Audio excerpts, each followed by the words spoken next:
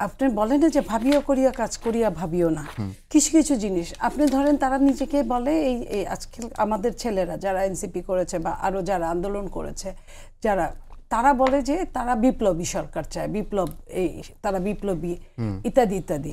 আপনার যখন রাষ্ট্রপতির কাছে তারা শপথ নিল, তারা তো তাদের তো একটা মাস্টার মাইন্ড ছিল, তারা কিন্তু একাই সব কিছু করে না, তাদের মাস্টার মাইন্ড আছে। ডক্টর ইউনূস যেমন বলে তার মাস্টার মাইন্ড হলো ছাত্ররা, ওরকম তাদেরও মাস্টার মাইন্ড আছে।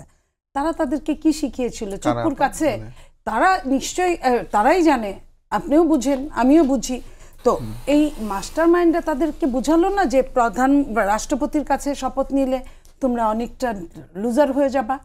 রাষ্ট্রপতির কাছে যখন 106 ধারা মোতাবেক শপথ নিল, তখন রাষ্ট্রপতি কিন্তু ওইটার একটা লিগ্যালিটি ছিল, ওই ইসের আপনার আইনের মাধ্যমেই কিন্তু গেল। যদিও এখন 106 ধারাটা আপনার আমি ধরলে এটা এখন বাতিল হয়ে গেছে অনেকটা, কারণ 3 মাস টাইম অনেক আগেই পেরিয়ে গেছে। কিন্তু এখানেও একটা কথা আছে যেটা কাগজে কলমে এখনো গ্যাজেট হিসেবে দেখায় নাই, সেই হিসেবে তারা বলতে পারে। কিন্তু তখন আপনি শপথ নিলেন তার হাত দিয়ে, তখন সে খারাপ হলো না, এখন সে এত খারাপ যে তার কাছে সিগনেচার কোনোভাবেই করা যাবে না। তাহলে আপনি কোনভাবে, আপনি কোন আইনের প্রেক্ষাপটে আপনি যেতে চান?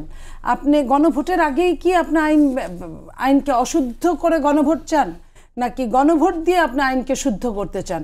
যদি গণভোট দিয়ে আপনি আইনকে শুদ্ধ করতে চান, তাহলে আপনাকে চুপ্পুকে মানতে হবে, শাহাবুদ্দিন সাহেবকে মানতে হবে, রাষ্ট্রপতিকে মানতে হবে।